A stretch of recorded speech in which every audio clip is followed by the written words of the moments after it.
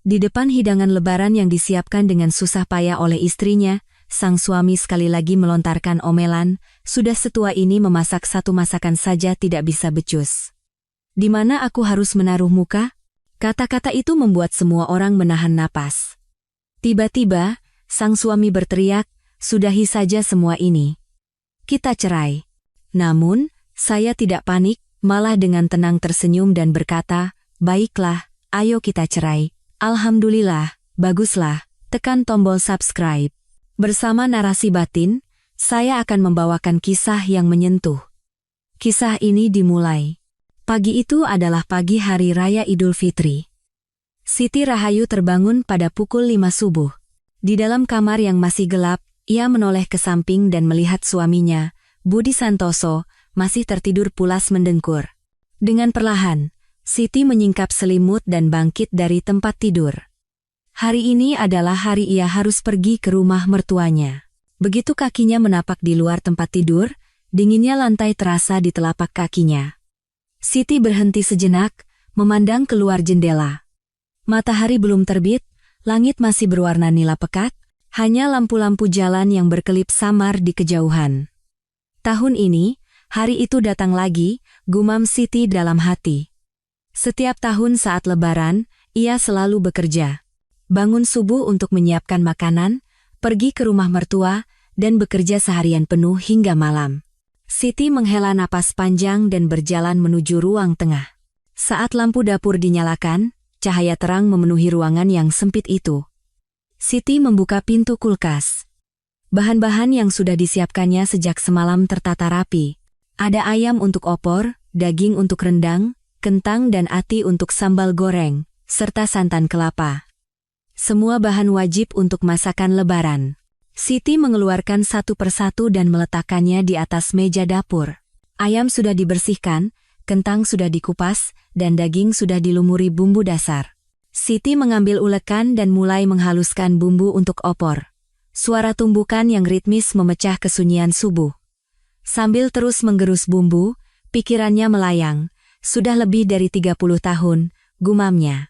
Ia menikah di usia 25 tahun, artinya sudah 31 tahun ia menjadi istri di rumah ini. Selama itu, tak sekalipun Siti bisa menikmati libur lebaran. Ia selalu bangun subuh, memasak, lalu pergi ke rumah mertua untuk mencuci piring dan bersih-bersih. Ia bahkan tidak pernah bisa pulang ke kampung halamannya sendiri pada hari-hari lebaran. Apakah ibu sehat? Ibu Siti sudah berusia 81 tahun. Belakangan ini, kakinya sakit sehingga sulit berjalan.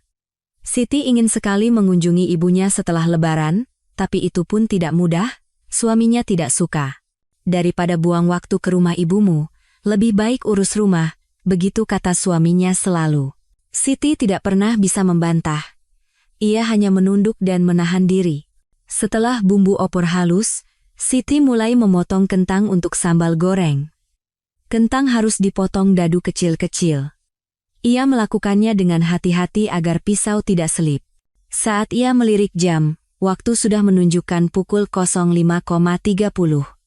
Waktu berlalu begitu cepat. Siti bergegas mengambil wajan dan menaruhnya di atas kompor. Ia menuangkan minyak secukupnya, dan tak lama kemudian terdengar suara desis minyak panas.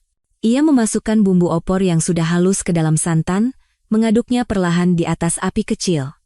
Setelah aromanya pas, Siti memasukkan potongan ayam satu persatu, ia akan merebusnya hingga empuk. Opor pertama mulai matang di dalam panci. Aromanya harum dan warnanya terlihat cantik. Syukurlah, hari ini masakannya jadi dengan baik, batin Siti, merasa sedikit lega. Namun, kelegaan itu tidak berlangsung lama. Saat ia sedang menumis bumbu untuk sambal goreng ati, tiba-tiba telepon berdering. Siti terkejut dan menoleh. Jam di dinding menunjukkan waktu belum genap pukul 6. Siapa yang menelepon sepagi ini? Siti panik sambil mengecilkan api kompor. Ia bergegas ke ruang tengah dan mengangkat telepon. Halo? Mbak, ini aku, terdengar suara adiknya. Siti merasa sedikit lega. Oh, kamu. Dik, kenapa menelepon pagi-pagi sekali? Mbak kan hari ini mau ke rumah mertua. Hati-hati di jalan, ya. Ibu bilang kangen sama Mbak. Iya, Dik. Ibu baik-baik saya, kan? Iya, baik. Kakinya saja yang agak sakit, tapi pikirannya masih jernih. Beliau bilang, kalau lebaran sudah lewat, suruh Mbak mampir. Hati Siti terasa sesak. Ia sangat merindukan wajah ibunya. Iya. Baiklah. Nanti aku cari waktu untuk ke sana. Oh ya, Mbak, lanjut adiknya. Mas Budi bagaimana kabarnya sekarang? Baik-baik saja? Siti terdiam sejenak. Adiknya tahu sedikit banyak tentang keadaannya. Bagaimana suaminya memperlakukannya di rumah, dan apa yang terjadi setiap lebaran di rumah mertuanya. Tapi Siti tidak ingin bercerita. Iya, dia baik-baik saja. Jangan khawatir. Mbak, jangan terlalu banyak memendam. Kalau ada apa-apa, cerita ya. Iya, terima kasih, Dik. Tapi ini aku lagi masak, nanti aku telepon lagi, ya. Oh, baiklah, hati-hati di jalan, Mbak. Setelah menutup telepon, Siti bergegas kembali ke dapur. Namun, pada saat itu, bau gosong yang menyengat menusuk hidungnya. Ah! Siti berteriak dan berlari ke depan kompor. Bumbu sambal goreng di wajan sudah hangus menghitam. Siti buru-buru mematikan api dan mengangkat wajan. Aduh, bagaimana ini? Bagian bawah bumbu sudah benar-benar gosong. Siti meletakkan wajan di wastafel dan membuka jendela untuk mengeluarkan asap dan bau gosong. Tapi bau itu sudah terlanjur menyebar ke seluruh rumah. Siti memindahkan bumbu yang gosong ke piring sambil menghela napas. Waktu tidak cukup untuk membuatnya lagi. Ia tidak boleh terlambat tiba di rumah mertua. Dengan hati-hati, Siti mencoba membuang bagian yang gosong. Namun, aroma hangus itu tetap menempel. Bagaimana cara membawanya? Saat Siti sedang bingung, terdengar suara pintu kamar terbuka. Bau apa ini? Suaminya, Budi Santoso, masuk ke dapur dengan kening berkerut, masih mengenakan piyama dengan rambut acak-acakan. Budi mengendus-endus lalu menatap ke arah kompor. Apalagi yang kamu gosongkan? Suaranya dingin dan tajam. Siti panik sambil mengelap tangannya. Ah, itu. Tadi aku terima telepon, jadi lupa. Maaf. Lupa? Budi tertawa sinis. Sudah puluhan tahun mengurus dapur, masak bumbu saja tidak bisa becus? Hari ini kita ke rumah ibu, bikin malu saja. Siti tidak bisa berkata apa-apa. Dadanya terasa sesak.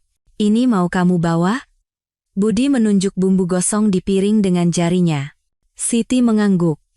Bagian yang gosong sudah aku buang. Sepertinya tidak apa-apa. Tidak apa-apa bagaimana? Budi berdecak. Baunya sudah begini, ibu pasti akan tahu dan berkomentar macam-macam. Semua orang di sana akan tahu betapa tidak becusnya kamu mengurus dapur. Maaf, Siti menundukkan kepala. Budi tidak berkata apa-apa lagi dan pergi ke ruang tengah. Suara langkah kakinya yang berat menjauh. Siti ditinggal sendirian di dapur. Berpegangan pada meja. Tangannya gemetar. Matanya terasa panas, tapi Siti menahannya sekuat tenaga. Jangan menangis. Kalau menangis, aku akan semakin diremehkan. Siti menelan air matanya dan kembali mengambil wajan. Masih banyak masakan yang harus diselesaikan. Rendang, opor, dan lontong. Pekerjaan masih menumpuk.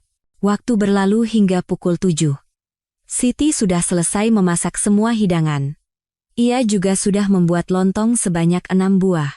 Kemudian ia mengeluarkan rendang dan sayur labu siam yang sudah dibuat kemarin, lalu memasukkannya ke dalam rantang besar. Sambil menata semua makanan ke dalam tas, Siti kembali menghela napas panjang. Semoga hari ini bisa terlewati dengan baik. Janji yang sama setiap tahunnya.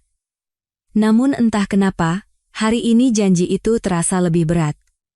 Dadanya terasa sesak. Di ruang tengah, suaminya duduk di sofa sambil menonton televisi. Berita pagi menyiarkan situasi lalu lintas mudik lebaran. Budi hanya menatap layar dengan remote di tangan. Sambil merapikan dapur, Siti menatap punggung suaminya. Sejak kapan suaminya berubah menjadi sedingin itu? Awal pernikahan, ia masih bisa tersenyum. Tapi entah sejak kapan, tatapan matanya pada Siti berubah. Apa salahku? Siti selalu bertanya pada dirinya sendiri. tapi tidak pernah ada jawaban. Hanya menahan dan bersabar. Itulah yang dipelajari Siti selama lebih dari 30 tahun. Mas, sudah siap semua. Kamu mandi, ya? Siti mencoba berbicara dengan hati-hati. Budi menjawab tanpa menoleh. Iya. Tapi jangan sampai telat, nanti ibu marah lagi. Iya, aku akan cepat. Siti masuk ke kamar untuk berganti pakaian. Ia mengeluarkan gamis yang biasa ia pakai untuk lebaran. Gamis berwarna merah muda lembut dengan kerudung abu-abu. Sambil mengenakannya, ia menatap cermin. Di dalam cermin, berdiri seorang wanita berusia 56 tahun. Kerutan di sekitar matanya semakin dalam, sudut bibirnya turun tanpa daya, dan beberapa helai uban terlihat di rambutnya. Siti menatap dirinya sejenak, lalu membuang muka. Tak perlu terlihat cantik. Toh tak ada yang peduli. Siti mengikat rambutnya dan memakai riasan tipis. Lalu ia keluar ke ruang tengah. Pukul 8 lebih sedikit, mereka berdua berangkat dari rumah. Budi yang menyetir, dan Siti duduk di kursi penumpang. Kursi belakang penuh dengan tas berisi makanan. Mobil keluar dari kompleks perumahan menuju jalan raya. Jalanan di hari lebaran relatif sepi. Budi terus menatap ke depan sambil menyetir, dan Siti memandang keluar jendela. Tidak ada percakapan di antara mereka. Setelah melewati jalan tol, pemandangan khas pinggiran Jakarta mulai terlihat. Gedung-gedung apartemen tinggi menghilang, digantikan oleh rumah-rumah yang lebih rendah. Siti menatap pemandangan itu dengan hampa sambil melamun. Tahun ini pun begini lagi. Siti sudah tahu apa yang akan terjadi setibanya di rumah mertua. Ibu mertuanya akan memeriksa setiap masakan dan berkomentar. Asin sekali. Potongannya tidak rapi, lontongnya terlalu lembek, selalu begitu. Dan suaminya akan menimpali di sebelahnya. Memang begitu dia, Bu. Masakannya dari dulu tidak pernah pas. Siti tidak akan bisa membantah kata-kata itu. Ia hanya akan menunduk dan menahan diri. Sekitar 1 jam kemudian, lingkungan tempat tinggal mertuanya mulai terlihat. Sebuah desa kecil. Setelah melewati jalan pedesaan dengan hamparan sawah, mobil masuk ke gang sempit, dan sebuah rumah joglo yang familiar pun tampak. Sudah sampai, kata Budi singkat. Siti mengangguk dengan wajah tegang. Begitu turun dari mobil, ibu mertuanya keluar dari teras. Ibu mertua yang berusia 85 tahun itu punggungnya sudah bungkuk, tapi tatapan matanya masih tajam. Ia mengenakan kebaya abu-abu dan memegang tongkat. Ibu, mohon maaf lahir dan batin. Apa kabar, Bu? Sapa Siti dengan sopan. Ibu mertua menatap Siti dari atas ke bawah, lalu menjawab singkat, ya, masuklah. Makanannya sudah dibawa semua? Sudah, Bu. Cepat bawa ke dapur. Ibu mertua tidak berkata apa-apa lagi dan masuk ke dalam rumah. Siti mengikuti suaminya membawa barang-barang ke teras. Melewati teras dan masuk ke ruang tengah, sudah ada beberapa kerabat yang berkumpul. Kakak Budi, Mas Agus, beserta istrinya, Mbak Dewi, dan kedua keponakannya. Mas, lama tidak bertemu, sapa Budi pada kakaknya, dan Siti pun ikut menunduk. Mbak Dewi tersenyum pada Siti, tapi senyum itu terasa dingin. Aduh, Siti, kamu pasti lelah sekali hari ini. Tapi kenapa telat sekali? Ini sudah hampir jam 9. Maaf, Mbak. Tadi menyiapkan ini itu jadi agak lama. Ya sudah, tidak apa-apa. Ayo masuk. Nada bicara Mbak Dewi lembut, tapi tatapan matanya tidak.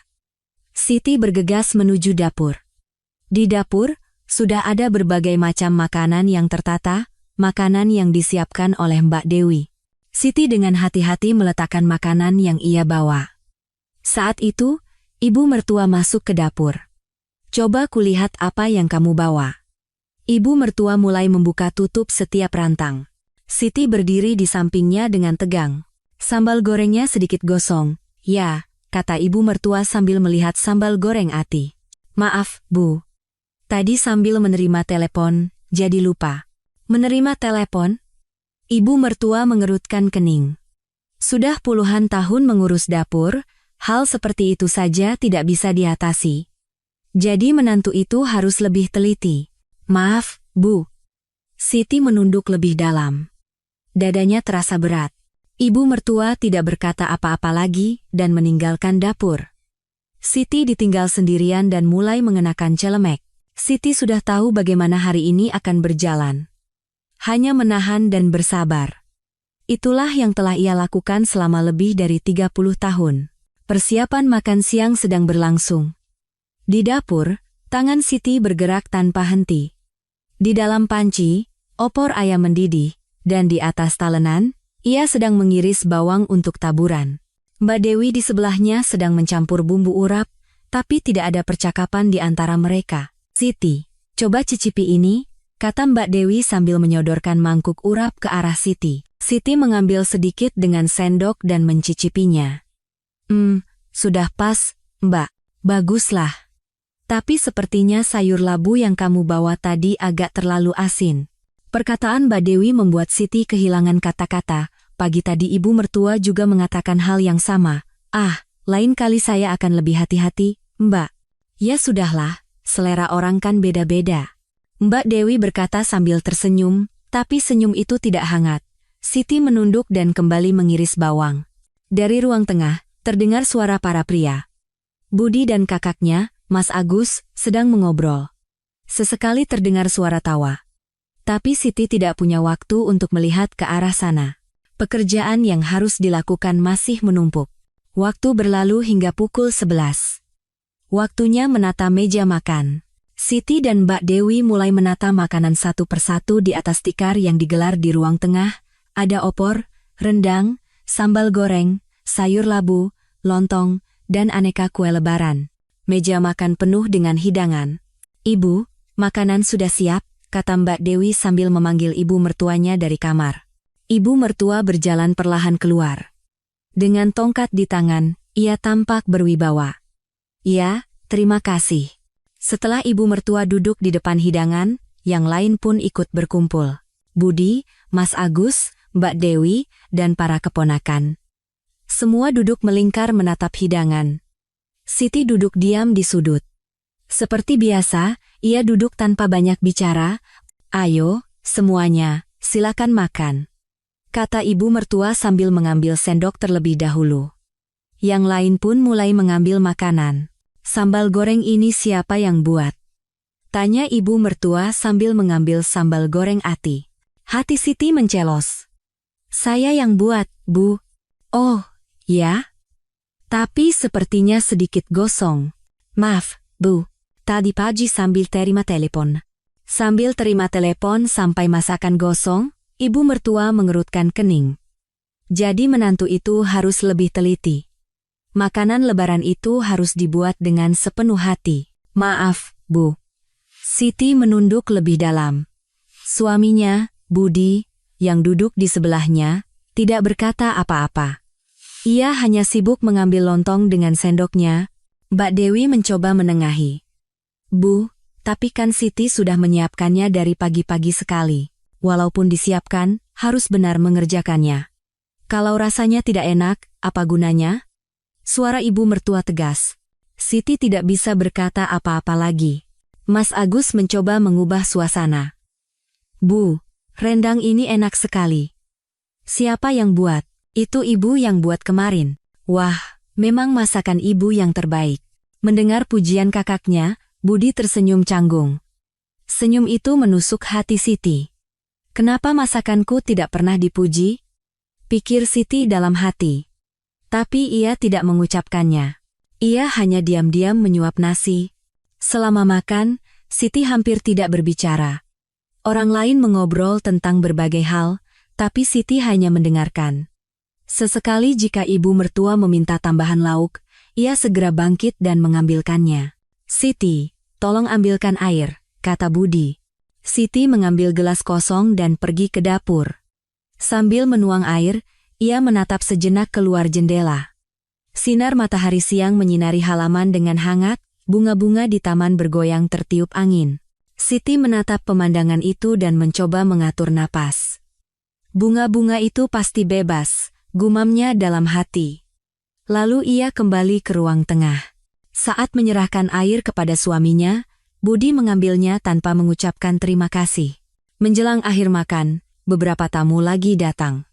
Mereka adalah sepupu-sepupu Budi. Pintu depan terbuka, dan terdengar sapaan ramah. "Ibu, mohon maaf lahir dan batin. Oh, kalian sudah datang. Ayo masuk." Ibu mertua menyambut dengan gembira. Saat para kerabat masuk ke ruang tengah, suasana menjadi lebih ramai. "Mas Budi, lama tidak bertemu." Salah satu sepupu menyapa Budi. Budi pun menyambutnya dengan jabat tangan. "Iya, apa kabar?" "Baik Mas, berkat doa." "Mbak Siti, apa kabar?" Sepupu itu juga menyapa Siti, tapi Siti hanya mengangguk canggung. Ia tidak terlalu akrab dengan kerabat. Mereka hanya bertemu saat lebaran. Dengan bertambahnya orang, meja makan harus ditata ulang. Siti sekali lagi pergi ke dapur, mencuci piring dan menyajikan makanan baru lagi. Mbak Dewi membantunya, tapi sebagian besar pekerjaan dilakukan oleh Siti. Mengelap piring, mencuci panci, menghangatkan kembali makanan. Tangannya tidak berhenti bekerja. "Siti, kamu capek?" tanya Mbak Dewi. Siti menggeleng. "Tidak, Mbak, tidak apa-apa. Istirahat saja. Biar aku yang kerjakan." "Tidak usah, Mbak. Saya bisa." Siti terus mencuci piring. Mbak Dewi tidak berkata apa-apa lagi, dan pergi ke ruang tengah. Ditinggal sendirian, Siti terus mencuci piring di wastafel. Air dingin membuat tangannya terasa kaku, tapi ia tidak berhenti. Ia hanya bergerak seperti mesin. "Inilah hidupku," pikir Siti tiba-tiba. Lebih dari 30 tahun ia hidup seperti ini. Setiap lebaran hanya bekerja di dapur, tidak pernah mendapat pujian, dan selalu dimarahi. "Kenapa aku hidup seperti ini?" Tapi Siti tidak menemukan jawabannya. Ia hanya terus mencuci piring. Waktu berlalu hingga pukul 1 siang. Di ruang tengah, suara tawa dan obrolan tidak berhenti. Para kerabat sedang menikmati hari raya. Siti selesai mencuci piring dan mengelap tangannya dengan serbet. Lalu ia pergi ke ruang tengah. Ia duduk diam di sudut dan mendengarkan percakapan mereka. "Sekarang ekonomi lagi sulit, ya," kata seorang kerabat. "Benar. Kami juga begitu. Kondisi perusahaan sedang tidak baik, jadi khawatir," timpal Budi. "Tapi kan Mas Budi tidak masalah. Sudah jadi manajer." "Manajer apanya?" "Sebentar lagi juga pensiun," kata Budi sambil menghela napas. Siti menatapnya dan merasa sesak. Dia juga sedang kesulitan. Tapi itu tidak membuatnya bersikap baik pada Siti. Malah, di rumah, ia lebih sering marah. Percakapan berlanjut saat ibu mertua angkat bicara. Budi ini juga sudah semakin tua, jadi khawatir. Kesehatannya juga tidak baik. "Ibu, jangan khawatir. Mas Budi kan kuat," hibur seorang kerabat. "Kuat apanya?" "Katanya sekarang tekanan darahnya tinggi dan ada diabetes," kata ibu mertua sambil menggeleng. Siti terkejut mendengar itu. Ia baru tahu suaminya punya diabetes. Kenapa dia tidak pernah memberitahuku? Siti menatap suaminya, tapi Budi sama sekali tidak menatapnya. Ibu mertua melanjutkan, harusnya istrinya lebih memperhatikan kesehatannya. Masakannya juga terlalu asin, makanya tekanan darahnya naik. Siti tidak percaya dengan apa yang didengarnya. Ia tidak pernah memasak dengan rasa asin. Malah, ia selalu berusaha memasak dengan rasa yang ringan. "Siti, kamu mau bilang sesuatu?" Ibu mertua menatapnya tajam. Siti terdiam. "Tidak, Bu. Kalau begitu, lain kali hati-hati. Kesehatan suami itu yang paling penting." "Baik, Bu." Siti menundukkan kepala. Dadanya sesak dan merasa tidak adil, tapi ia hanya bisa menahannya. Mbak Dewi mencoba mengubah suasana. "Bu, kue nastar lebaran kali ini enak sekali." "Oh ya? Terima kasih. Memang kue itu harus dibuat dengan sepenuh hati." Ibu mertua tampak senang dengan pujian Mbak Dewi. Siti menatap pemandangan itu dengan getir. "Sekeras apapun aku berusaha, aku tidak akan pernah dipuji." Semakin sore, Siti semakin lelah. Ia terus bekerja di dapur, dan di ruang tengah, tidak ada yang memperhatikannya. Sekitar pukul 2, salah seorang kerabat keluar untuk merokok. Budi ikut menyusul. Siti melihat mereka dari jendela. Di halaman, Budi dan kerabatnya sedang mengobrol. Asap rokok mengepul. Siti menatap pemandangan itu dan tiba-tiba merasa penasaran. Apa yang dia pikirkan tentangku? Sudah 31 tahun menikah, tapi Siti tidak pernah tahu isi hati suaminya. Sudah lama ia tidak mendengar kata cinta, dan tidak pernah ada kata terima kasih. Hanya orang yang tinggal bersama. Itulah hubungan Siti dan suaminya. Suara ibu mertua terdengar lagi. Siti, kupas buah. Baik, Bu. Siti sekali lagi pergi ke dapur. Ia mengambil apel dan pir dari kulkas dan mulai mengupasnya. Sambil mengupas, pikirannya kalut. Sampai kapan aku harus hidup seperti ini? Tapi Siti tidak bisa menjawab pertanyaan itu. Ia hanya mengupas buah, menatanya di piring, dan membawanya ke ruang tengah. Pukul 3 sore, suasana menjadi sedikit lebih santai. Orang-orang bersandar di sofa sambil menonton televisi atau mengobrol pelan. Siti masih di dapur. Ia harus menyiapkan makan malam lebih awal. Merapikan sisa makanan, menghangatkan kembali opor, dan mulai menanak nasi. Mbak Dewi masuk ke dapur. Siti, kamu benar-benar tidak apa-apa? Wajahmu pucat. Tidak apa-apa, Mbak. Siti memaksakan senyum. Tapi hatinya berkata lain. Mana mungkin tidak apa-apa? Aku lelah sekali. Mbak Dewi tidak bertanya lagi dan keluar. Siti sendirian terus bekerja. Saat itu, Budi masuk dari luar. Tercium bau rokok. Budi melirik Siti saat melewati dapur, tapi tidak berkata apa-apa. Siti menatap punggungnya dan menghela napas panjang. Sabar sedikit lagi hari ini. Siti mencoba menenangkan dirinya. Tapi perasaan sesak di dadanya tidak hilang. Hari raya belum berakhir. Ia harus bertahan sampai malam, dan setelah itu, masih ada waktu-waktu lain yang menantinya. Siti kembali mengambil pisau dan mulai mengiris sayuran. Hanya itu yang bisa ia lakukan. Waktu makan malam tiba. Siti sedang melakukan persiapan terakhir di dapur. Ia menghangatkan kembali opor, menata lauk di piring dengan cantik, dan menyendok nasi ke mangkuk. Karena bekerja seharian tanpa henti, pinggangnya terasa sakit, tapi Siti tidak menunjukkannya. Siti, siapkan meja makan. Terdengar suara ibu mertua. Siti bergegas membawa makanan ke ruang tengah. Saat makan malam disiapkan, para kerabat satu persatu duduk di tempatnya. Budi, Mas Agus, Mbak Dewi, dan para sepupu, total lebih dari 10 orang berkumpul. Wah, sudah lama sekali kita tidak kumpul selengkap ini, kata Mas Agus. Ibu mertua mengangguk puas. Iya. Lebaran memang paling nikmat kalau keluarga berkumpul seperti ini. Setelah semua duduk, Siti pun duduk di sudut. Tapi ia bahkan tidak sempat duduk dengan tenang. Seseorang minta diambilkan air, seseorang minta tambahan lauk. Siti, Siti, tolong ambilkan sambal lagi. Siti terus-menerus berdiri dan duduk. Orang lain makan dengan nyaman, tapi tidak dengan Siti. Ayo, kita semua bersulang. Kata Mas Agus sambil mengangkat gelas berisi sirup. Budi pun menyodorkan gelasnya. Tak lama, gelas-gelas mulai beradu di antara para pria. Suara denting gelas terdengar. Orang-orang tertawa sambil minum. 1 gelas, 2 gelas, 3 gelas. Suasana semakin hangat. Suara mereka semakin keras, dan tawa semakin sering terdengar. Siti menatap pemandangan itu sambil makan dalam diam. Mas Budi, bagaimana perusahaan sekarang? Tanya salah seorang sepupu. Budi menghabiskan minumannya dan menghela napas. Ah, jangan ditanya. Susah sekali. Tapi kan Mas sudah jadi manajer. Manajer apanya? Di atas ditekan, di bawah tidak mau dengar.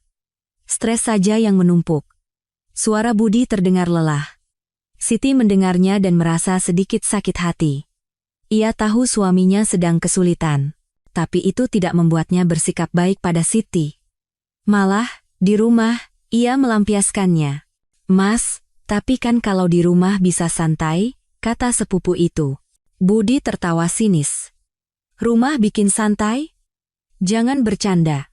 Hati Siti mencelos mendengar kata-kata itu. Budi terus berbicara. Di rumah malah lebih bikin sesak. Tidak ada yang beres. Kan ada Mbak Siti. Mbak Siti? Budi melirik Siti. Tatapannya dingin. Dia bisa apa?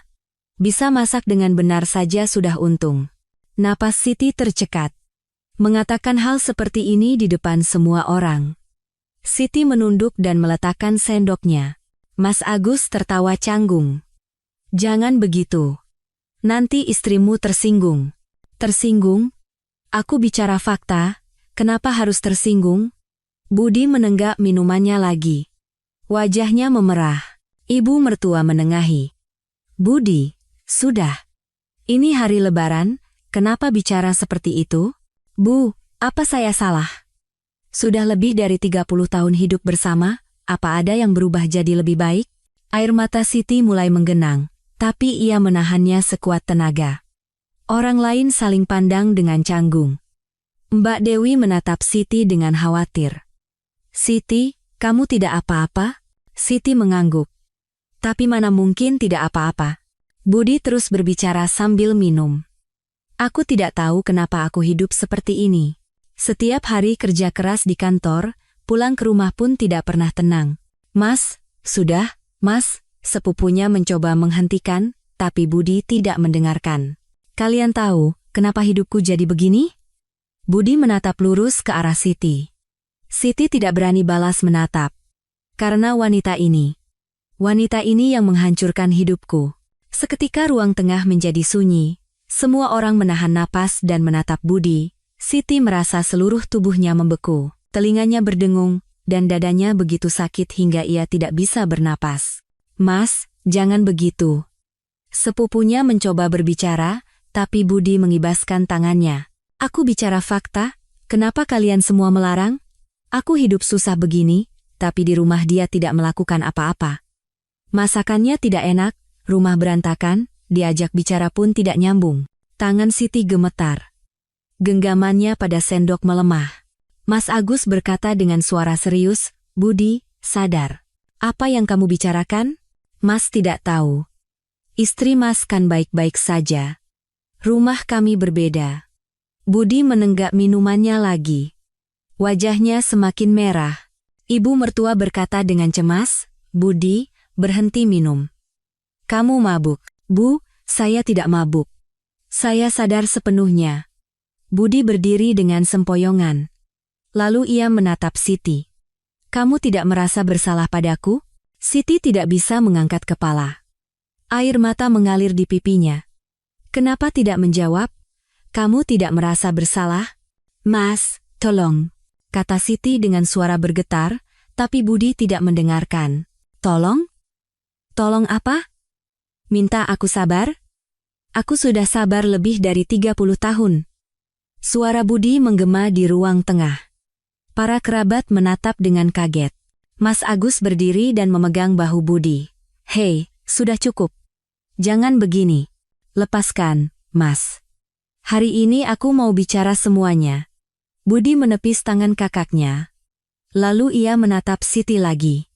Apa yang sudah kamu berikan di rumah ini? Membesarkan anak-anak, semua ibu juga melakukannya. Memasak. Masakan tidak enak begitu apa bisa disebut memasak? Siti tidak tahan lagi. Air matanya tidak berhenti mengalir. Saya sudah berusaha keras. Keras? Itu yang kamu sebut keras? Budi tertawa sinis. Gara-gara kamu, aku malu sekali. Di depan teman-teman, di depan rekan kerja, aku tidak pernah bisa membanggakan istriku. Siti hanya menangis dalam diam. Dadanya serasa mau meledak. Ibu mertua berkata dengan tegas, Budi, hentikan sekarang juga. Ini hari Lebaran, apa-apaan ini? Tapi Budi tidak berhenti. Bu, saya juga sudah sampai batasnya. Saya tidak tahan lagi. Apa maksudmu? Saya tidak mau hidup lagi dengan wanita ini.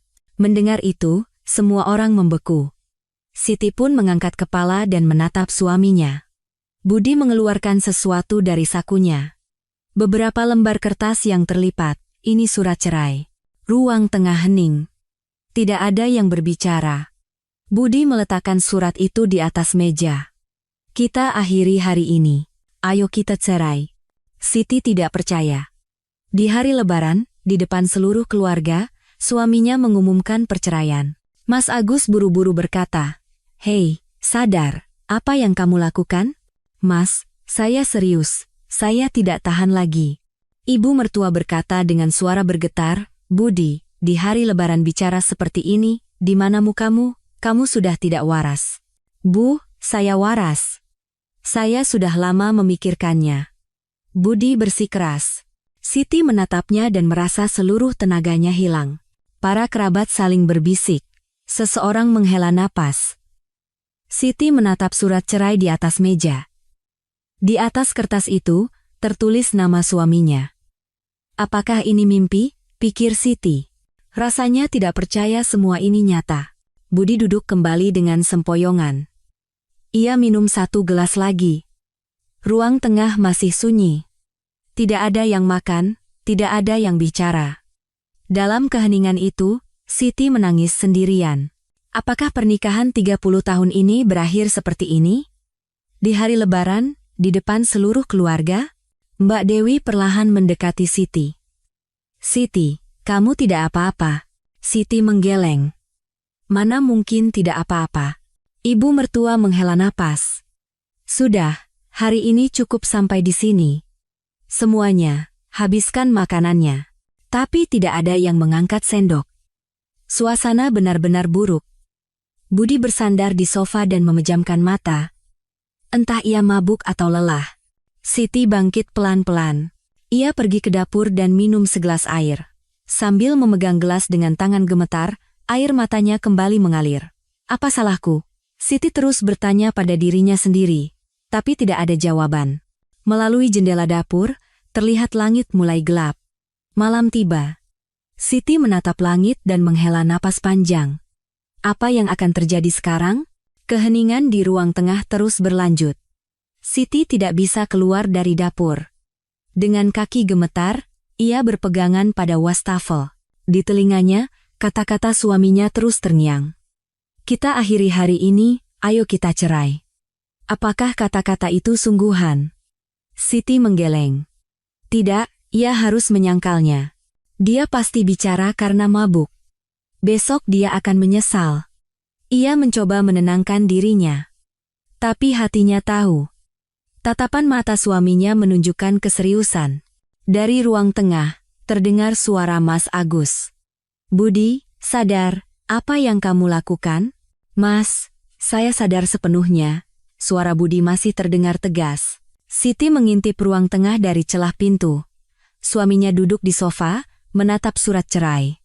Ia mengetuk-netuk kertas itu dengan jarinya. Ibu mertua berkata dengan suara bergetar, Budi, bicara seperti ini di hari Lebaran, kamu sudah gila, cepat singkirkan kertas itu. Bu, saya sudah lama memikirkannya. Sepertinya ini jawabannya. Jawaban apa?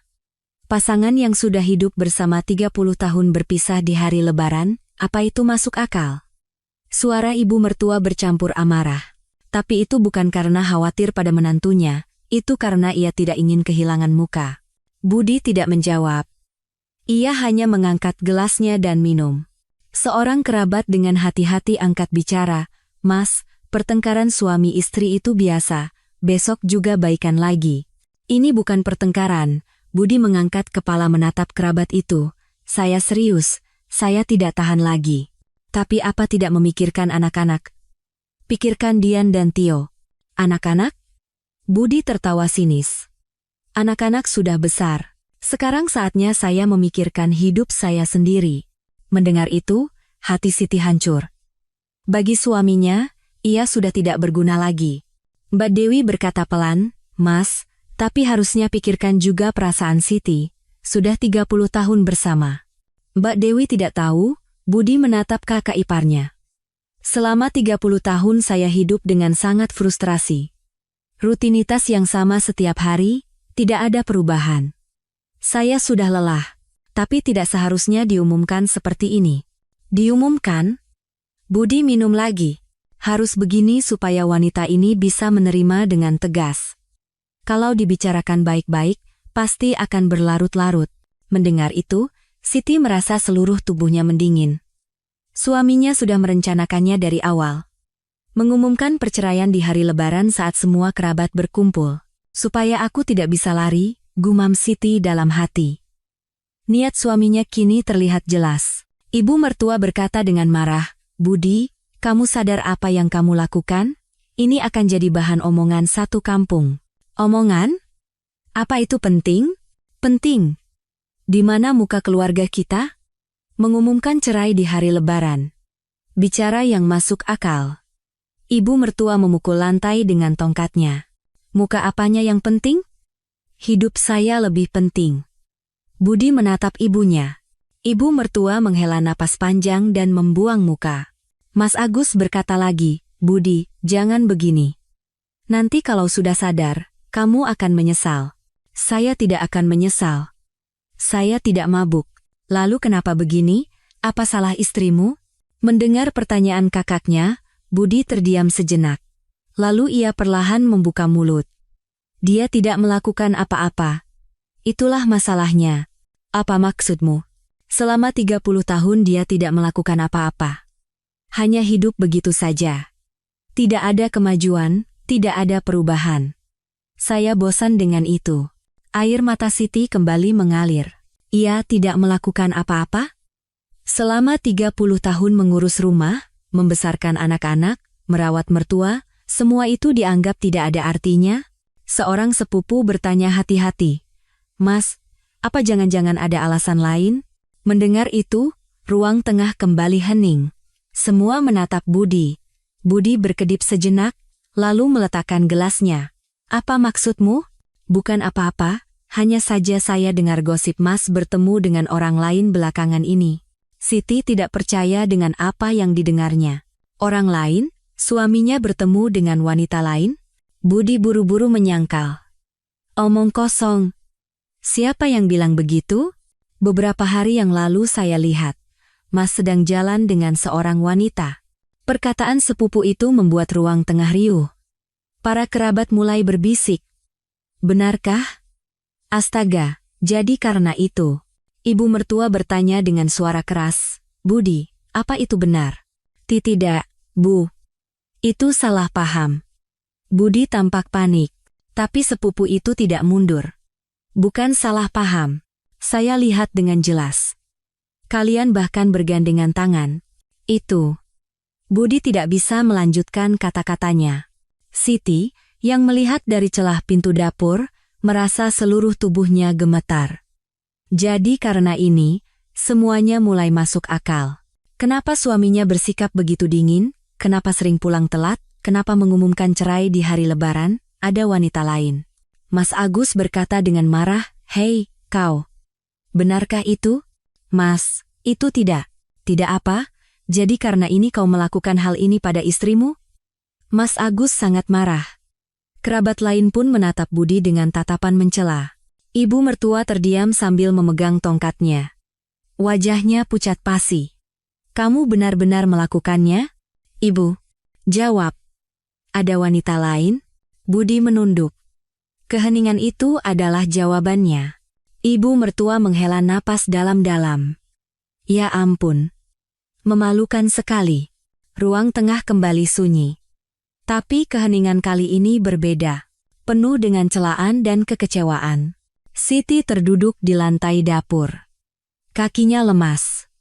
Air matanya tidak berhenti mengalir. 30 tahun berakhir seperti ini, gumam Siti dalam hati. Pernikahan yang ia abdikan seumur hidup, keluarga yang ia bangun, hancur begitu saja di depan matanya. Mbak Dewi masuk ke dapur. Melihat Siti, ia duduk diam di sebelahnya. "Siti, kamu tidak apa-apa?" Siti menggeleng. "Tidak, Mbak. Maaf, aku tidak tahu." "Tidak apa-apa, Mbak." "Saya juga tidak tahu." Mereka berdua duduk dalam diam beberapa saat. Dari ruang tengah, perdebatan masih berlanjut. "Mas, bagaimana bisa begini? Saya benar-benar kecewa." "Kasihan sekali Mbak Siti." Terdengar suara para kerabat. Siti memejamkan mata mendengarnya. 30 tahun terakhir melintas seperti film. Hari pernikahan, hari melahirkan anak pertama, hari merawat ibu mertua. Semua kenangan muncul kembali. "Apa salahku?" Siti terus bertanya. Tapi tidak ada jawaban. Mbak Dewi berkata pelan, "Siti, sekarang apa yang akan kamu lakukan?" Siti tidak bisa menjawab. Ia tidak tahu harus berbuat apa. Dari ruang tengah, terdengar suara Budi. Pokoknya saya sudah memutuskan, saya akan bercerai. Kamu yang berbuat salah, tapi dengan percaya diri minta cerai? Tanya Mas Agus. Salah? Saya juga berhak bahagia. Lalu kebahagiaan istrimu tidak kamu pikirkan? Mbak Siti juga bisa memulai hidup baru. Perkataan Budi membuat para kerabat kembali riuh. Benar-benar tidak masuk akal. Dia yang selingkuh. Ibu mertua kembali angkat bicara. Budi, dengarkan ibu. Ini tidak benar. Melakukan hal ini di hari Lebaran. Maaf, Bu. Tapi keputusan saya tidak akan berubah. Ibu mertua menatap ke arah dapur. Siti berdiri bersama Mbak Dewi. Perlahan, dengan kaki gemetar, Siti berjalan ke ruang tengah. Semua mata tertuju padanya. Budi menatap Siti. Mata mereka bertemu. Kamu sudah dengar, kan? Siti mengangguk. Saya serius, saya mau cerai. Siti menatap suaminya, pria berusia 61 tahun. 30 tahun hidup bersama, tapi sekarang terasa seperti orang asing. Kenapa? Kenapa hari ini? Tanya Siti dengan suara bergetar. Hari ini? Budi berpikir sejenak, lalu menjawab. Karena ini Lebaran. Saat semua keluarga berkumpul. Supaya kamu tidak bisa lari. Mendengar itu, air mata Siti kembali tumpah. Suaminya benar-benar sudah merencanakannya. Memilih hari ini untuk menjebaknya. Saya. Selama 30 tahun sudah berusaha keras. Saya tahu, tapi hanya itu. Hanya berusaha keras. Kata-kata Budi dingin dan kejam. Siti tidak bisa berkata apa-apa lagi. Ibu mertua menghela napas. Apa-apaan ini? Lebaran jadi hancur berantakan. Para kerabat saling pandang, tidak tahu harus berbuat apa. Siti berdiri di sana, menatap suaminya. 30 tahun waktu berakhir seperti ini. Di hari Lebaran, di depan seluruh keluarga. Suasana di ruang tengah terasa berat. Siti berdiri di depan suaminya. Air matanya sepertinya sudah habis, tidak keluar lagi. Hanya perasaan hampa yang tersisa. Budi duduk di sofa, menatap Siti. Pandangan mereka bertemu, tapi tidak ada emosi di sana. Duduklah, kata Budi. Siti perlahan duduk di kursi di seberangnya. Ibu mertua dan kerabat lain hanya menonton. Tidak ada yang berbicara. Hanya suara napas yang terdengar. Budi membuka mulut. Saya sudah lama memikirkannya. Sangat lama. Siti tidak menjawab. Ia siap mendengarkan. 30 tahun itu waktu yang panjang, bisa juga singkat. Tapi saya sudah lelah. Budi berbicara dengan tenang. Saya mencoba mengingat, apakah saya pernah bahagia hidup denganmu. Jujur, saya tidak ingat. Hati Siti serasa terkoyak. Tapi ekspresinya tidak berubah. Mas Agus tidak tahan dan menyela. Hei, sudah cukup, apa yang kamu bicarakan? Mas, tolong dengarkan. Saya ingin mengungkapkan isi hati saya. Budi menatap kakaknya, lalu kembali menatap Siti. Kamu bukan orang jahat. Kamu sudah berusaha keras. Mengurus rumah, membesarkan anak-anak. Saya akui itu. Tapi, Siti untuk pertama kalinya membuka mulut. Tapi hanya itu. Tidak lebih, tidak kurang. Apa maksudmu? Kita tidak nyambung kalau bicara. Setiap kali saya ada masalah di kantor dan bercerita padamu, kamu tidak pernah mengerti. Suara Budi dipenuhi keluhan yang sudah lama terpendam. Kalau bertemu teman-teman, mereka semua membanggakan istrinya. Istriku begini, istriku begitu. Tapi saya tidak pernah bisa. Karena tidak ada yang bisa dibanggakan. Siti mengepalkan tangannya erat. Kukunya menancap di telapak tangannya. Mbak Dewi tidak tahan dan berkata, Mas, itu keterlaluan. Siti sudah berkorban begitu banyak. Mbak Dewi, berkorban saja tidak cukup. Saya juga berhak bahagia. Budi bersikeras. Ibu mertua bertanya dengan suara bergetar, jadi karena itu kamu bertemu wanita lain? Budi terdiam sejenak. Lalu perlahan mengangguk. Iya, Bu. Ruang tengah kembali riuh. Dugaan itu menjadi kenyataan. Budi, kamu benar-benar Ibu mertua tidak bisa melanjutkan kata-katanya. Ia terlalu terkejut. Sepupu itu kembali angkat bicara. Mas, jadi yang saya lihat beberapa hari lalu itu benar, ya? Siapa wanita itu? Itu tidak penting. Penting. Mbak Siti juga berhak tahu. Perkataan sepupu itu disetujui kerabat lain dengan anggukan. Budi menghela napas. Rekan kerja junior. Usianya 35 tahun. Mendengar itu, Siti terkejut. 35 tahun? Wanita yang 21 tahun lebih muda darinya. 35 tahun? Mas Agus bertanya dengan ekspresi tidak percaya. Kau sudah gila. Benar-benar gila. Mas, usia apa pentingnya? Saya merasa nyaman bersamanya. Bisa diajak bicara, dan dia mengerti saya. Mendengar perkataan Budi, Siti tertawa. Tawa yang getir. Tentu saja nyaman. Wanita muda, tidak setua saya. Suara Siti dingin. Budi sedikit terkejut mendengar suara itu. Bukan begitu. Bukan begitu apanya, jujur saja. Kamu suka karena dia lebih muda dan lebih cantik dari saya, kan? Siti menatap lurus suaminya. Budi membuang muka. Ibu mertua memukul lantai dengan tongkatnya. Memalukan. Pria umur 60-an bertemu dengan wanita 35 tahun. Bu, saya baru 61 tahun. Hidup saya masih panjang. Kalau hidup masih panjang, harusnya jaga keluarga. Bukan selingkuh. Ibu mertua marah. Tapi kemarahannya bukan untuk menantunya. Melainkan karena gengsi keluarga. Seorang kerabat bertanya hati-hati, Mas, lalu sejak kapan? Sekitar setahun. 1 tahun. Napas Siti tercekat. Selama setahun ia tidak tahu apa-apa. Jadi selama setahun kau menipuku. Suara Siti bergetar. Bukan menipu. Hanya tidak memberitahu. Itu sama saja menipu. Siti untuk pertama kalinya meninggikan suara. Budi menatap Siti dengan kaget. Selama setahun aku percaya padamu. Saat kau bilang pulang telat karena kerjaan, saat kau bilang minum-minum dengan teman, aku percaya semuanya. Ternyata itu semua bohong. Kamu juga tidak pernah bertanya. Apa aku harus bertanya baru kau bicara? Dalam hubungan suami istri? Suara Siti dipenuhi amarah.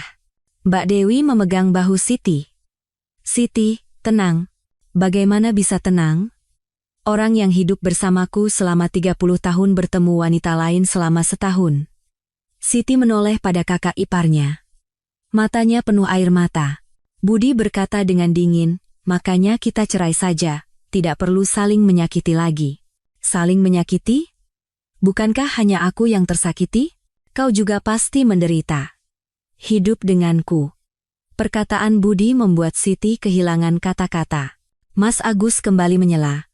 Hei, kau benar-benar sadar. Tahu apa yang kau bicarakan? Mas, saya tahu. Makanya saya membuat pertemuan ini hari ini. Pertemuan ini? Mas Agus mengerutkan kening. Iya, saya pikir, dengan mengatakannya di hari Lebaran saat semua keluarga berkumpul, kita bisa menyelesaikannya dengan bersih. Menyelesaikan? Menyelesaikan 30 tahun? Supaya bisa memulai hidup baru. Budi terdengar kejam. Siti merasa seluruh tubuhnya gemetar mendengar kekejaman itu. Sepupu itu bertanya lagi, Mas, lalu apa Mas berniat menikah lagi dengan wanita itu? Budi ragu sejenak, lalu mengangguk. Iya, saya berniat begitu. Ruang tengah kembali riuh. Mendengar itu, Siti merasa segalanya hancur. Aku harap ini mimpi, gumam Siti. Tapi ini bukan mimpi. Ini kenyataan yang begitu nyata. Ibu mertua menggeleng. Kamu benar-benar sudah gila. Menikah lagi di usia 60-an. Bu, sekarang ini hal yang biasa. Biasa apanya? Di keluarga kita ini yang pertama. Ibu mertua terlalu marah hingga tidak bisa bicara lagi. Mbak Dewi memberinya air minum. Mas Agus mendekati Budi. Kau benar-benar tidak akan menyesal? Tidak. Tidak merasa bersalah pada istrimu? Merasa bersalah. Tapi hidup saya juga penting. Budi tidak goyah sedikit pun. Mas Agus menghela napas dan menggeleng. Aku benar-benar kecewa padamu. Para kerabat satu persatu mulai berdiri. Mereka tidak ingin berada di sana lagi. Kami pamit dulu. Iya, hati-hati di jalan, jawab ibu mertua dengan lemas. Para kerabat menatap Siti dengan ekspresi kasihan sebelum pergi. Di ruang tengah, hanya tersisa ibu mertua, keluarga kakak ipar, serta Budi dan Siti. Siti menatap suaminya. Orang yang telah hidup bersamanya selama 30 tahun. Sekarang menjadi orang yang benar-benar asing. Kau benar-benar ingin cerai? Tanya Siti untuk terakhir kalinya. Budi menjawab tanpa ragu, iya. Saya serius. Baiklah. Siti berdiri pelan. Lalu pergi ke dapur. Mbak Dewi mengikutinya. Siti, kamu tidak apa-apa? Tidak, Mbak. Saya tidak baik-baik saja. Siti menatap keluar jendela. Langit malam dihiasi bintang-bintang. Tapi mau bagaimana lagi? Kalau dia sudah mau begitu, tidak apa-apa. Saya juga sekarang harus berpikir. Siti menoleh pada kakak iparnya. Matanya menunjukkan tekad. Dari ruang tengah, terdengar suara Budi. Besok pagi kita bicara resmi, hari ini semua pasti lelah. Tapi tidak ada yang menjawab. Siti berdiri di dapur, menatap lampu-lampu desa di kejauhan. Hidupku akan jadi seperti apa sekarang? Belum ada jawaban. Tapi satu hal yang pasti. Pernikahan 30 tahun ini berakhir hari ini, di hari Lebaran, dan akhir ini ditentukan oleh suaminya. Siti menghela napas panjang dan memejamkan mata. Malam semakin larut. Siti tidak keluar dari dapur. Ia berdiri termangu menatap keluar jendela. Mbak Dewi terus menemaninya. Di ruang tengah, ibu mertua, Mas Agus, dan Budi berbicara dengan suara pelan. Siti tidak bisa mendengar apa yang mereka bicarakan, tapi ia bisa merasakan suasana yang berat. Siti mengenang 30 tahun terakhir. Saat menikah di usia 25 tahun, Siti percaya ia akan bahagia. Suaminya memang tidak romantis, tapi ia rajin bekerja dan punya pekerjaan tetap. Keluarga mertuanya memang sulit, tapi masih bisa ditahan. Namun seiring berjalannya waktu, semuanya berubah. Suaminya menjadi semakin dingin, dan Siti semakin tenggelam dalam urusan rumah tangga. Percakapan berkurang, dan usaha untuk saling memahami pun lenyap. Tapi aku tidak pernah berpikir akan sampai bercerai, gumam Siti. Meskipun tidak bahagia, ia percaya harus mempertahankan keluarga. Paling tidak demi anak-anak. Tapi suaminya berbeda. Ia memilih kebahagiaannya sendiri. Mbak Dewi berkata pelan, Siti, minum air dulu. Siti menggeleng. Tidak usah, Mbak. Mana mungkin tidak apa-apa. Kamu pasti sangat tertekan. Tentu saja, Mbak. Tapi mau bagaimana lagi? Suara Siti terdengar pasrah. Mbak Dewi semakin khawatir melihatnya. Siti, menangis saja. Jangan ditahan. Air mata saya sudah habis, sudah tidak keluar lagi. Siti tersenyum getir. Saat itu, terdengar suara ibu mertua dari ruang tengah. Siti, ke sini. Siti perlahan berjalan ke ruang tengah, Mbak Dewi mengikutinya. Di ruang tengah, ibu mertua duduk di sofa, dengan Mas Agus dan Budi di kedua sisinya. Suasananya berat. Duduk, kata ibu mertua. Siti duduk diam di seberangnya. Ibu mertua menatap Siti tanpa kata sejenak, lalu menghela napas panjang. Siti, maafkan ibu. Mendengar itu, Siti mengangkat kepala. Ibu mertua minta maaf, ibu salah pada menantu ibu.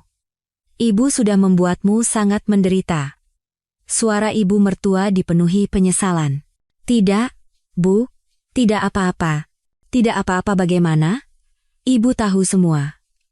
Betapa menderitanya kamu setiap lebaran. Siti tidak berkata apa-apa. Ibu mertua melanjutkan. Tapi ibu tidak menyangka Budi akan seperti ini. Benar-benar tidak menyangka. Bu, sudah, sela Budi, tapi ibu mertua mengibaskan tangannya. Diam kau. Kamu sadar apa yang sudah kamu lakukan? Saya sadar. Sadar tapi tetap melakukannya? Mencampakkan istri yang sudah menemanimu 30 tahun demi wanita muda? Bu, saya juga berhak. Hak? Hak apa yang kamu punya? Ibu mertua meninggikan suaranya. Budi terdiam. Siti, Ibu mertua kembali menatap Siti. Kamu mau bagaimana? Siti berpikir sejenak. Apa yang ia inginkan?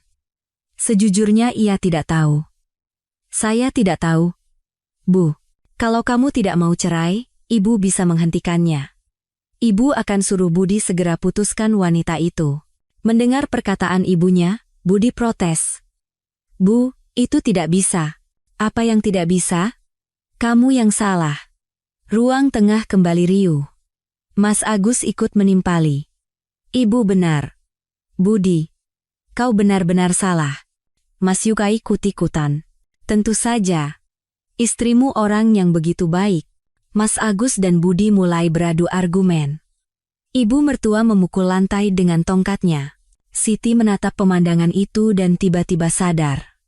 Mereka bukan melakukannya untukku. Ibu mertua marah karena gengsi.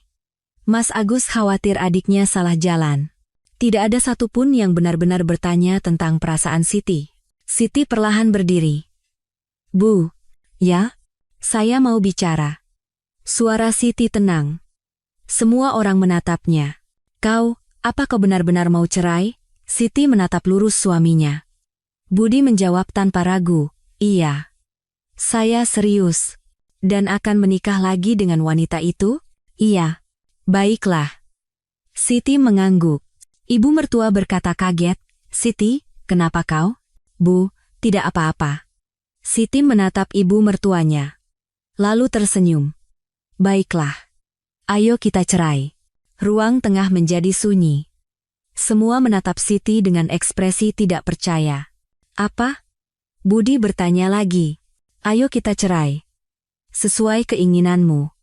Siti mengulanginya sekali lagi. Suaranya tidak bergetar. Siti, sadar. Apa yang kau katakan? Kata ibu mertua dengan panik. Saya sadar, Bu. Saya juga sudah lama berpikir. Selama 30 tahun. Siti menatap suaminya. Aku tahu kau tidak mencintaiku. Tapi aku hanya menahannya. Demi anak-anak, demi gengsi. Tapi sekarang anak-anak sudah besar. Dan gengsi kita juga sudah hancur, kan? Mengumumkan cerai di hari Lebaran di depan semua kerabat. Siti tersenyum. Senyum itu sedih, tapi juga terlihat lega. Alhamdulillah, baguslah, kata Siti. Apa? Budi bingung. Baguslah, kataku. Ayo kita cerai. Aku juga sudah menunggu. Perkataan Siti membuat semua orang terkejut. Mbak Dewi menutup mulutnya, dan Mas Agus membelalakan matanya. Ibu mertua bertanya dengan suara bergetar. Siti, apa yang kau katakan? Bu, saya sudah menahan diri selama 30 tahun. Diremehkan oleh putra ibu, dimarahi oleh ibu, saya tahan semuanya. Siti untuk pertama kalinya mengungkapkan isi hatinya. Tapi sekarang saya sudah lelah. Saya tidak tahan lagi. Siti, putra ibu bertemu wanita lain pun sebenarnya saya sudah menduganya. Sering pulang telat, akhir pekan juga pergi. Saya tahu semua.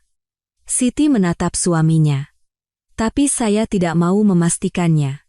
Karena kalau sudah pasti, semuanya akan berakhir. Jadi saya pura-pura tidak tahu. Budi tidak bisa berkata apa-apa. Tapi karena kau yang lebih dulu minta cerai, aku sangat berterima kasih. Siti tersenyum cerah. Sekarang aku juga bisa hidup bebas. Ruang tengah diliputi keheningan. Reaksi yang sama sekali tidak terduga. Mas Agus bertanya hati-hati, Siti, kau serius? Siti mengangguk. Selama 30 tahun aku hidup menahan napas, sekarang aku ingin bernapas lega. Ibu mertua berkata panik, Siti, tenang. Kau bicara begitu karena marah, kan? Tidak, Bu. Saya tidak marah. Saya hanya merasa lega. Siti benar-benar terlihat lega. Budi tampak bingung. Ia mengira istrinya akan hancur, menangis, dan memohon. Tapi yang terjadi justru sebaliknya. Kau benar-benar tidak apa-apa? Tentu saja, kau mendapatkan apa yang kau mau, dan aku mendapatkan kebebasan. Bukankah ini bagus untuk kita berdua? Kata Siti dengan tenang.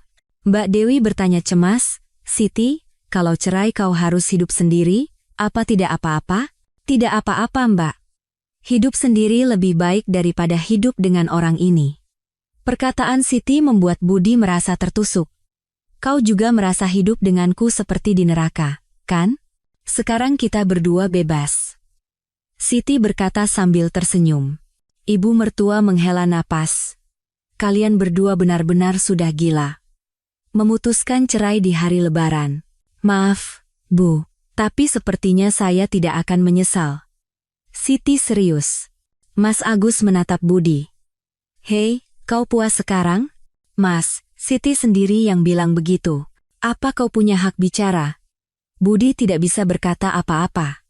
Situasi tidak berjalan seperti yang ia bayangkan. Siti berdiri dari tempatnya. Besok pagi bawa suratnya. Saya akan tanda tangan. Zunggu? Iya. Lebih cepat lebih baik, kan? Siti pergi ke dapur. Mbak Dewi mengikutinya. Siti, kau benar-benar tidak apa-apa? Iya, Mbak. Justru sekarang pikiran saya paling jernih. Siti menatap keluar jendela. Bintang-bintang di langit malam berkelip. Ini awal yang baru, gumam Siti. Ia merasa takut, tapi sekaligus bersemangat. Saatnya melepaskan beban 30 tahun. Di ruang tengah, ibu mertua, Mas Agus, dan Budi masih berbicara. Tapi Siti tidak peduli lagi. Sekarang saatnya ia menjalani hidupnya sendiri. Siti menarik napas dalam-dalam. Udara malam musim kemarau yang sejuk memenuhi paru-parunya. Lalu ia menghembuskannya perlahan. Seolah-olah menghembuskan napas 30 tahun sekaligus. Keesokan paginya, fajar menyingsing. Siti terbangun subuh. Ia tidur di kamar kecil di rumah mertua, rasanya semalam tidak bisa tidur sama sekali. Tapi anehnya, kepalanya terasa jernih. Melalui jendela, ia melihat matahari baru terbit. Langit jingga tampak indah. Hari ini, gumam Siti. Hari ini ia akan menandatangani surat cerai. Siti perlahan bangkit dan berganti pakaian. Bukan gamis yang ia pakai kemarin, melainkan pakaian biasa. Di cermin, wajahnya tampak lelah, tapi sorot matanya tajam. Saat pergi ke dapur, ibu mertua sudah bangun, sedang menyeduh teh. Pagi, Bu. Ya, sudah bangun? Sudah, Bu, itu bohong. Tapi ibu mertua mungkin juga tahu. Minum teh dulu. Ibu mertua menyodorkan secangkir teh, Siti menerimanya dan meminumnya. Teh hangat mengalir di tenggorokannya. Mereka berdua minum teh dalam diam beberapa saat. Ibu mertua yang pertama kali membuka mulut. Siti, kau benar-benar tidak menyesal? Tidak, Bu. Kalau cerai kau harus hidup sendiri. Tidak apa-apa, Bu. Saya bisa mencari pekerjaan. Siti berkata dengan tenang. Sudah bicara dengan anak-anak?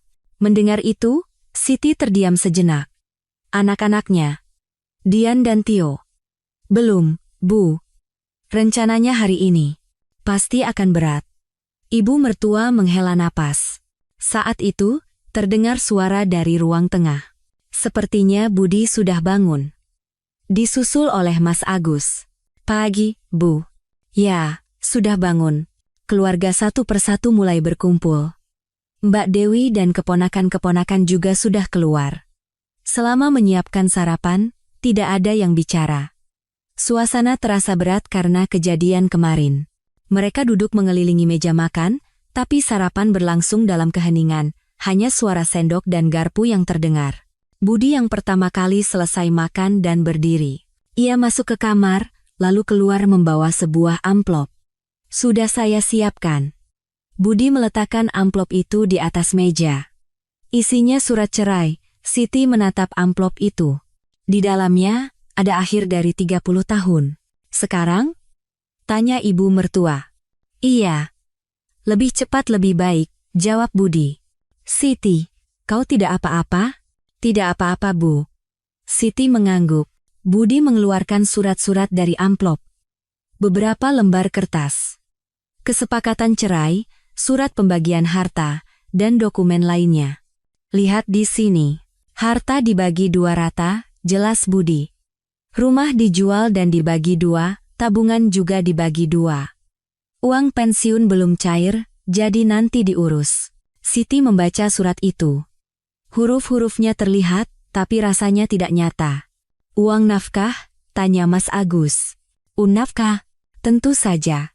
Adikku yang salah, jadi harus memberikannya. Mendengar perkataan kakaknya, Budi tampak keberatan. Mas, itu apa? Kau yang selingkuh. Uang nafkah tidak perlu, kata Siti. Semua menatapnya. Siti, kau harus menerimanya, kata Mbak Dewi, tapi Siti menggeleng. Tidak usah, Mbak. Cukup harta dibagi 2. Saya ingin cepat selesai. Siti serius. Menerima uang nafkah berarti harus terus berurusan dengan suaminya. Ia tidak mau itu. Sungguh? Tanya Budi hati-hati. Iya. Di mana saya harus tanda tangan? Tanya Siti. Budi menunjuk surat itu. Di sini. Dan di sini. Siti mengeluarkan stempel dari tasnya. Stempel yang dibuat saat mereka menikah. Selama 30 tahun, berapa banyak dokumen yang sudah ia stempel dengan ini, dan hari ini, ia akan menggunakannya untuk dokumen terakhir. Siti menandatanganinya tanpa ragu. Di kolom pertama, lalu kolom kedua. Setiap kali stempel ditekan ke kertas, terdengar suara berat. Tuk-tuk. Seolah-olah suara akhir dari 30 tahun. Budi juga mengeluarkan stempelnya dan menandatangani. Surat cerai itu pun selesai. Ibu mertua menghela napas. Benar-benar sudah berakhir. Iya Bu, jawab Siti pelan. Mas Agus menatap tajam Budi. Hei, kau benar-benar tidak akan menyesal? Mas, saya percaya pada pilihan saya. Budi merapikan surat-surat itu. Siti menatapnya dengan tenang. Saat itu, terdengar suara pintu depan terbuka. Nenek, aku datang. Suara yang ceria. Siti terkejut. Itu suara putrinya, Dian. Oh, ibu ada di sini. Ayah juga. Dian masuk ke ruang tengah. Putri berusia 32 tahun itu tersenyum cerah. Di belakangnya, putranya, Tio, juga masuk. Nenek, maaf lahir batin. Maaf kami terlambat. Tio menyapa. Putra berusia 35 tahun itu tampak tenang. Oh, kalian sudah datang. Kemarin tidak bisa datang, ya? Sambut ibu mertua. Iya, Nek. Ada pekerjaan. Baru berangkat pagi ini, jawab Dian.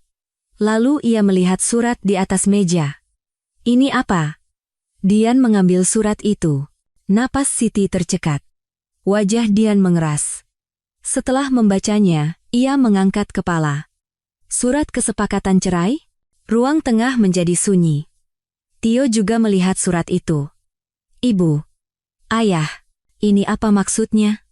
Suara Dian bergetar. Siti membuka mulut. Dian, Tio, duduklah, ibu akan jelaskan. Jelaskan? Jelaskan apa? Kalian mau cerai? Suara Dian meninggi. Matanya mulai berkaca-kaca.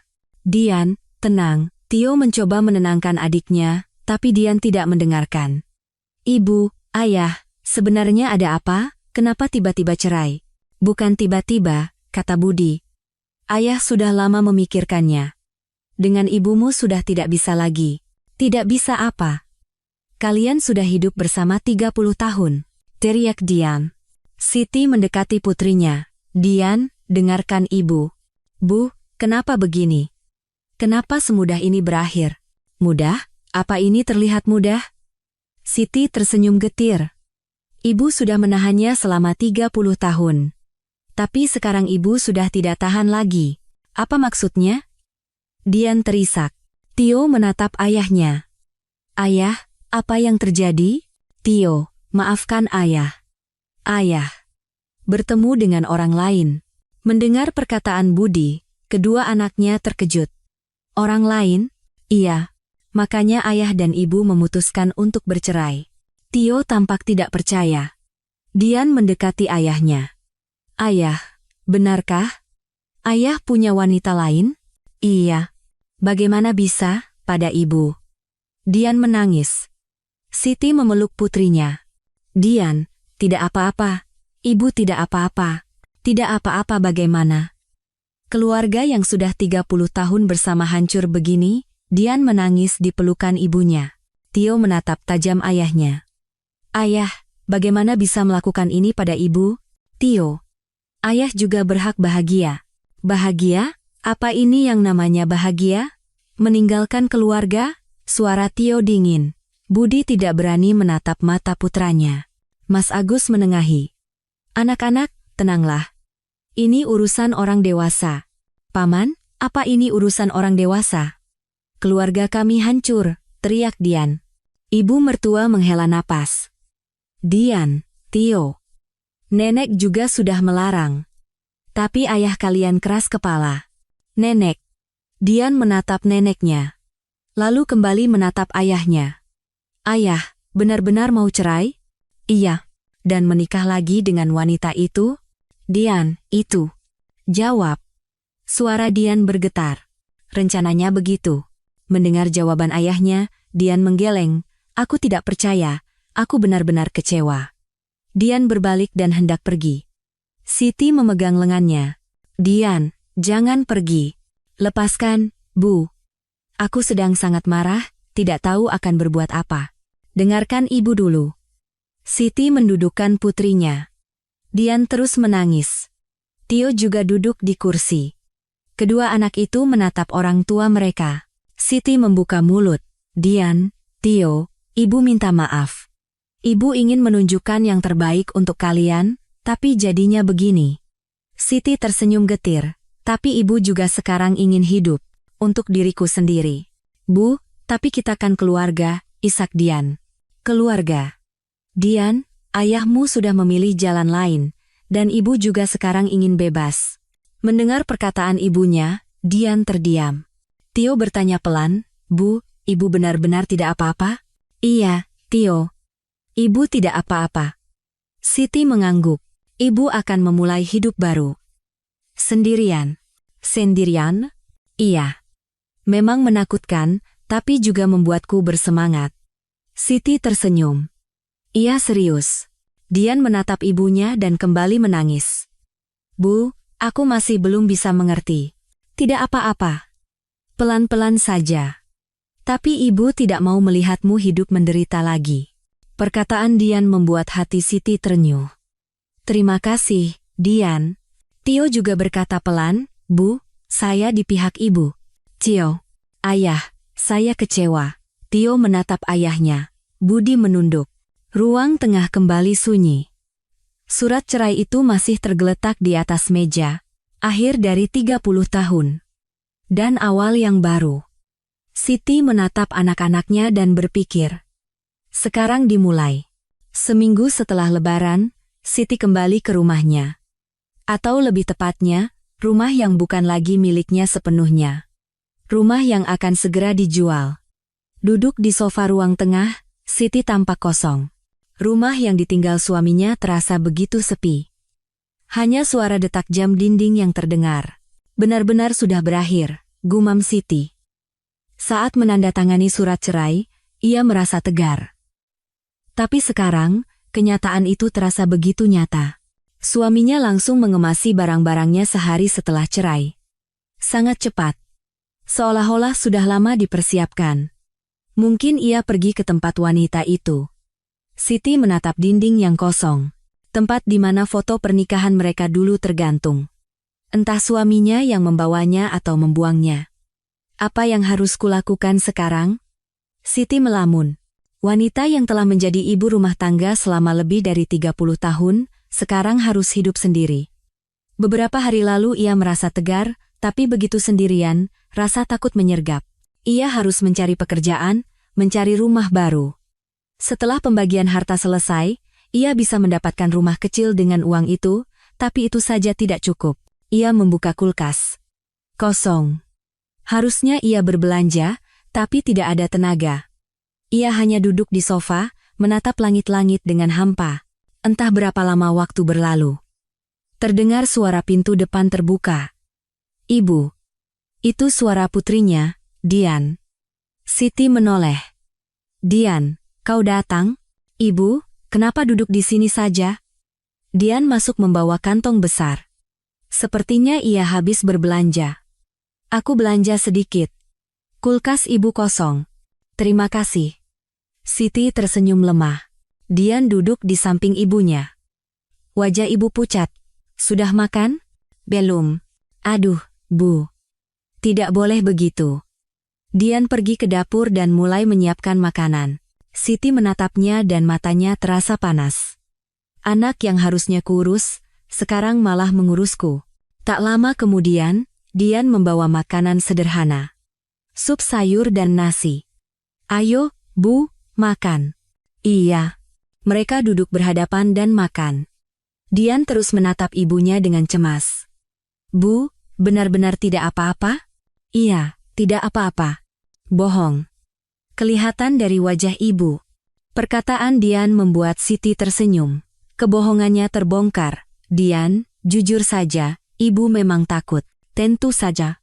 Tiba-tiba sendirian. Tapi ibu tidak menyesal. Soal cerai itu. Siti berkata dengan tegas. Sungguh? Iya.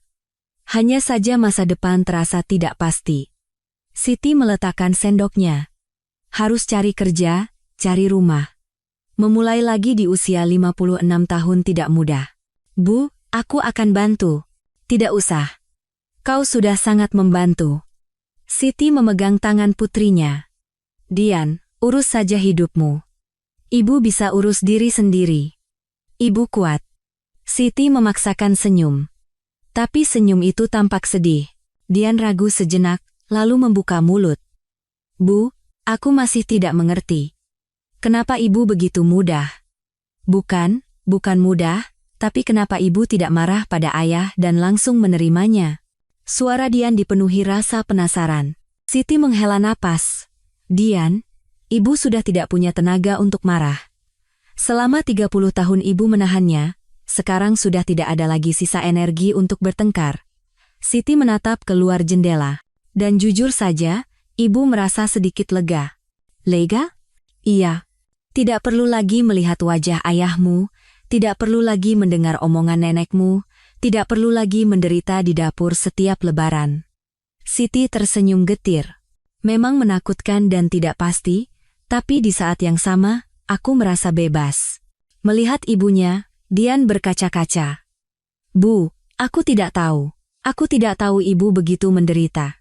Ibu tidak ingin menunjukkannya pada kalian. Ibu selalu pura-pura baik-baik saja. Maafkan aku, Bu. Kenapa kau yang minta maaf? Ini bukan salahmu. Siti memeluk putrinya. Dian menangis pelan di pelukan ibunya. Bu, mulai sekarang aku akan berada di pihak ibu. Aku kecewa pada ayah. Terima kasih Dian.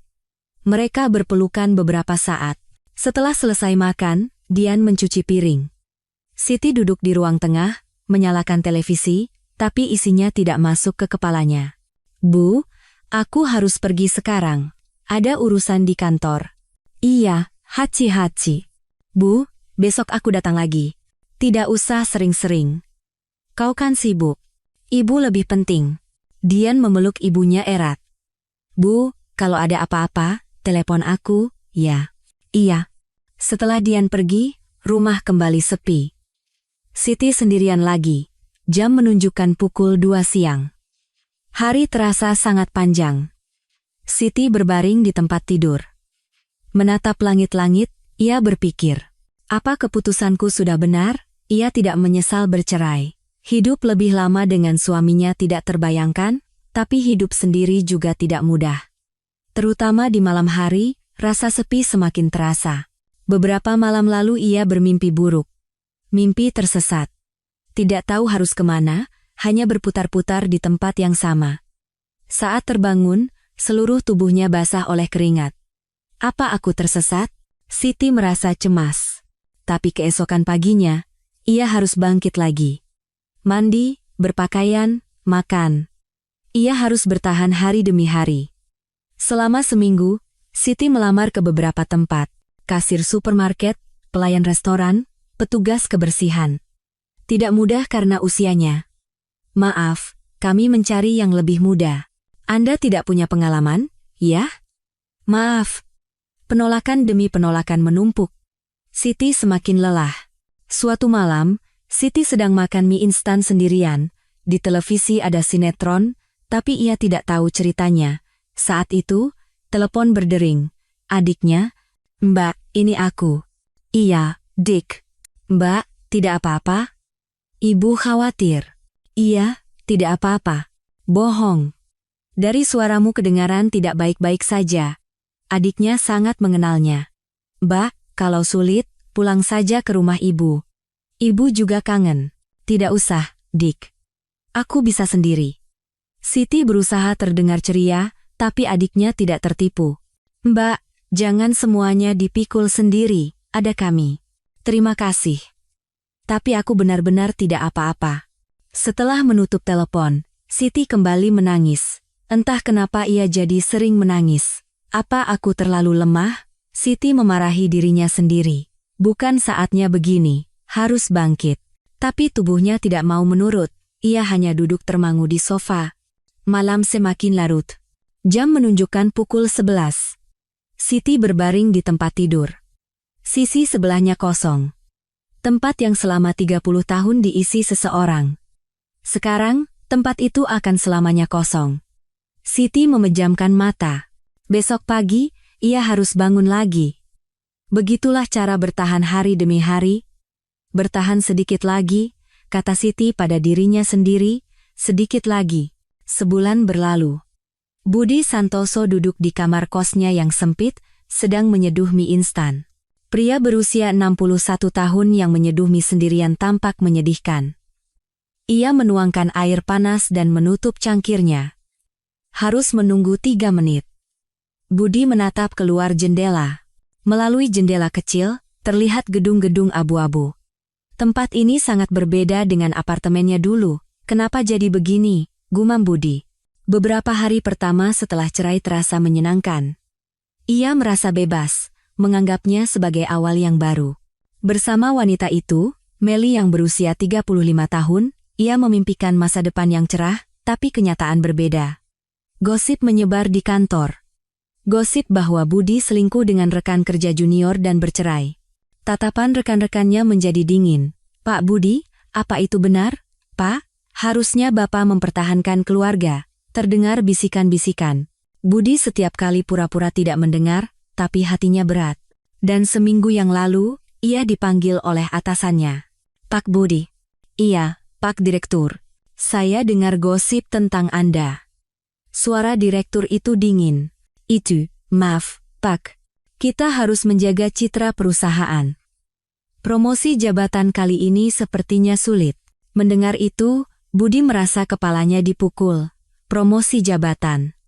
Posisi yang ia impikan seumur hidup, Pak Direktur. Dan pertimbangkan juga untuk pensiun dini. Tahun depan juga sudah waktunya. Pensiun dini? Pikirkan saja. Budi tidak bisa berkata apa-apa. Akhirnya, ia menerima tawaran pensiun dini itu. Rasanya tidak adil, tapi tidak ada pilihan. Suasana di kantor sudah sangat tidak nyaman. Ia menerima pesangon, tapi jumlahnya tidak sebesar yang ia kira. Setelah dipotong pajak, tidak banyak yang tersisa. Ditambah lagi, hartanya dibagi 2 saat cerai, jadi uang yang tersisa semakin sedikit. Dengan uang ini, bisa bertahan berapa lama? Budi menatap buku tabungannya dan menghela napas. Mie instannya sudah matang. Saat membuka tutupnya, uap mengepul. Budi mengambil sumpit, tapi sumpit itu tergelincir dari tangannya dan jatuh ke lantai. Ah! Budi membungkuk untuk mengambilnya. Tapi pinggangnya sakit. Mungkin karena sudah tua, tubuhnya tidak sekuat dulu. Dengan susah payah ia mengambil sumpit dan mencucinya. Lalu ia duduk lagi dan mulai makan mie. Siti, apa kabar, ya? Tiba-tiba ia teringat istrinya. Atau lebih tepatnya, mantan istrinya. Siti selalu menyiapkan makanan dengan baik. Setiap hari ada nasi hangat dan lauk pauk. Ada sup, ada sambal. Sekarang, Budi setiap hari makan mie instan atau nasi bungkus. Tapi ini kan pilihan untuk kebebasan. Budi menenangkan dirinya. Ia pikir, bersama Meli, semuanya akan baik-baik saja. Tapi belakangan ini Meli jarang mau bertemu. Mas, maaf, hari ini ada janji.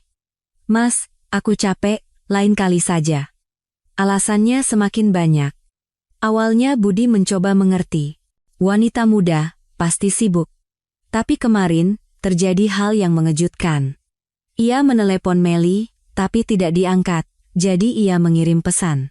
Meli, malam ini bisa bertemu? Lama ia menunggu, tapi tidak ada balasan. Budi cemas. Ia pergi ke dekat kantornya. Dan ia melihatnya. Meli sedang berjalan dengan pria lain. Napas Budi tercekat. Meli tertawa sambil mengobrol dengan pria itu. Terlihat akrab. Budi hendak mendekat, tapi berhenti. Lalu ia berbalik. Pulang ke rumah, ia minum sendirian. Menghabiskan 1 botol anggur. Aku ini apa? Budi menangis. Mencampakkan istri yang telah menemaninya 30 tahun demi wanita muda, tapi wanita itu pun sepertinya akan meninggalkannya. Pagi ini, ia menelepon Meli. Meli? Iya mas. Suaranya dingin. Kapan kita bisa bertemu? Mas, aku mau bicara. Apa? Sebaiknya kita jaga jarak dulu. Apa? Meli, apa maksudmu? Aku sudah bercerai. Masalah mas cerai itu kan urusan mas, bukan urusanku. Bukan urusanmu? Aku cerai karena kamu. Budi meninggikan suaranya. Mas, aku tidak pernah bilang begitu. Itu kan keputusan mas sendiri. Meli. Maafkan aku. Mas. Aku ingin bertemu dengan orang yang lebih muda. Telepon ditutup. Budi termangu memegang ponselnya. Tidak percaya. Orang yang lebih muda. Budi tertawa hampa.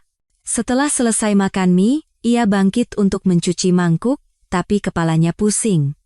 Mungkin karena beberapa hari ini tidak makan dengan benar. Ia berpegangan pada dinding untuk menjaga keseimbangan. Haruskah ke dokter? Tapi ia sayang uang. Sekarang tidak ada pemasukan, harus hemat. Budi berbaring di tempat tidur. Menatap langit-langit, ia berpikir. Haruskah aku minta maaf pada Siti? Tapi ia tidak punya keberanian. Semuanya sudah berakhir, dan Siti pasti sudah menjalani hidupnya sendiri. Ia mengambil ponsel. Di daftar kontak, nomor Siti masih ada. Ia tidak bisa menghapusnya. Jarinya berhenti di atas tombol panggil. Tapi ia tidak menekannya. Mau bilang apa? Maaf? Aku salah? Ayo kita kembali? Semua itu terdengar konyol. Budi meletakkan ponselnya. Melalui jendela, terlihat matahari terbenam. Menatap langit yang mulai gelap, Budi menghela napas. Kenapa aku hidup seperti ini? Kontak dengan rekan-rekan kerja pun terputus.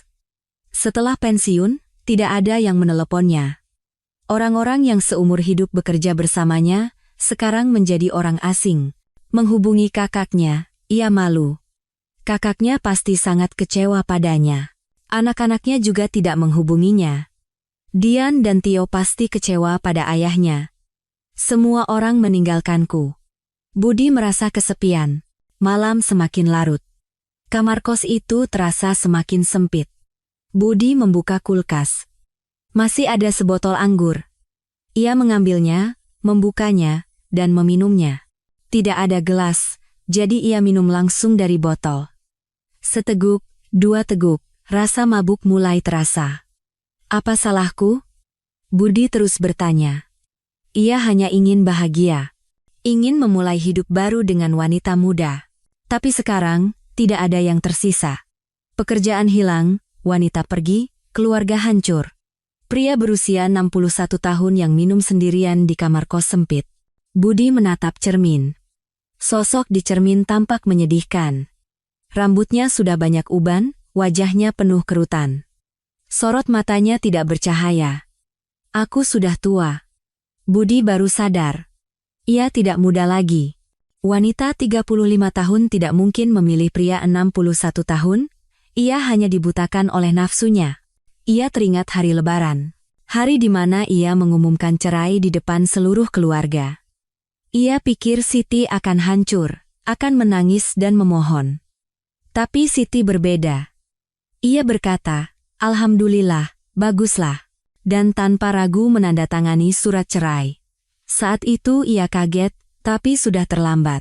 Aku tidak menyangka wanita itu akan melepaskanku semudah ini, Budi menyesal. Tapi sudah tidak bisa diubah.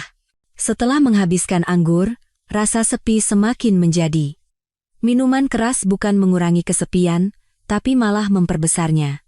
Budi terkapar di tempat tidur. Besok pagi, ia harus bangun sendirian lagi. Pagi tanpa ada yang membangunkan, tanpa ada yang menyiapkan sarapan. "Siti, maafkan aku," gumam Budi. Tapi tidak ada yang mendengarnya. Hanya monolog pria kesepian di kamar kos sempit. Malam semakin larut, dan Budi pun tertidur. Dalam mimpinya, ia melihat rumahnya. Ruang tengah yang luas, meja makan yang hangat, dan Siti. Tapi saat terbangun, semua itu akan lenyap. 3 bulan berlalu.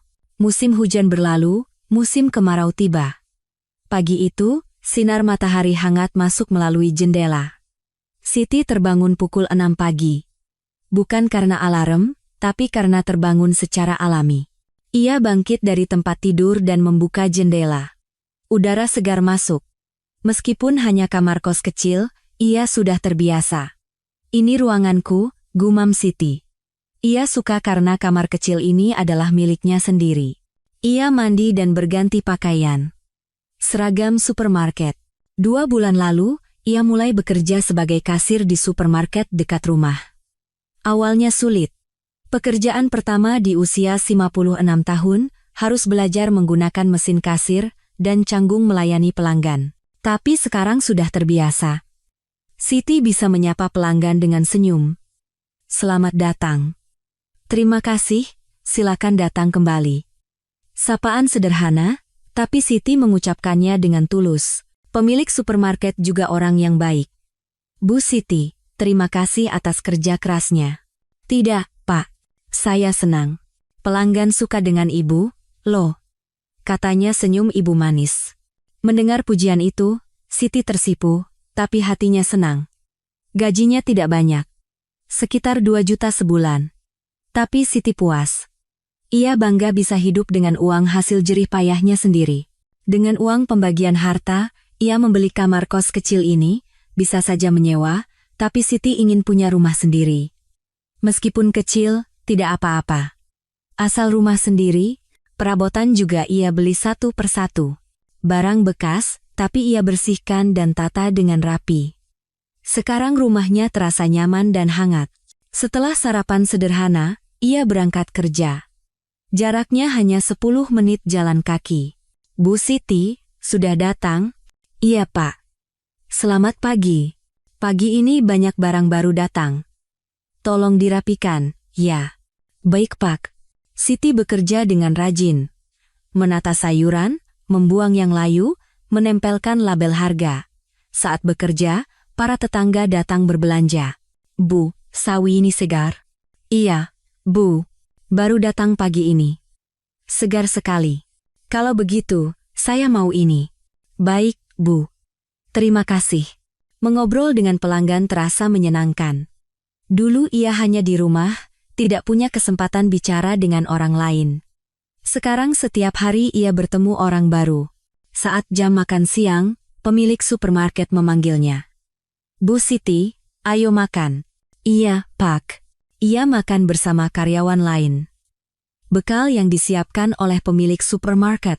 "Bu, sekarang wajahnya cerah, ya," kata seorang karyawan muda. "Oh, ya?" "Iya." Waktu pertama datang kelihatannya murung, tapi sekarang senyumnya manis. "Terima kasih." Siti tersenyum. Akhir-akhir ini ia memang merasa senang. 3 bulan lalu, setiap hari ia merasa cemas dan kesepian. Takut hidup sendiri, masa depan terasa tidak pasti. Tapi setelah mulai bekerja, semuanya berubah. Sibuk bekerja membuat tidak ada waktu untuk merasa sepi. Dan ia bangga bisa hidup dengan uangnya sendiri. "Aku juga bisa." Siti merasa bangga pada dirinya sendiri. Sore hari, pelanggan semakin ramai. Siti bekerja keras di kasir. "Selamat datang. Totalnya 55.000. "Terima kasih, silakan datang kembali." Pelanggan datang dan pergi, waktu berlalu dengan cepat. Waktu pulang tiba. Siti melepaskan seragamnya dan berganti pakaian. "Bu Siti, terima kasih." "Iya, Pak. Sampai besok." Dalam perjalanan pulang, ia mampir ke toko. Membeli bahan untuk makan malam. "Malam ini masak apa, ya?" pikir Siti. Akhir-akhir ini ia suka memasak makanan enak untuk dirinya sendiri. Ia membeli bahan untuk sup ayam, dan juga tahu. Setelah membayar, ia pulang. Sesampainya di rumah dan membuka pintu, udara hangat menyambutnya. Ia sengaja menyalakan kipas angin sebelum pergi. Ia meletakkan tasnya dan mulai menyiapkan makan malam di dapur. Merebus ayam, memotong sayuran. Terdengar suara air mendidih. Makan sendirian, tapi ia menyiapkannya dengan sepenuh hati. Ia juga menanak nasi dan mengeluarkan lauk. Ia menata meja. Meja kecil yang rapi.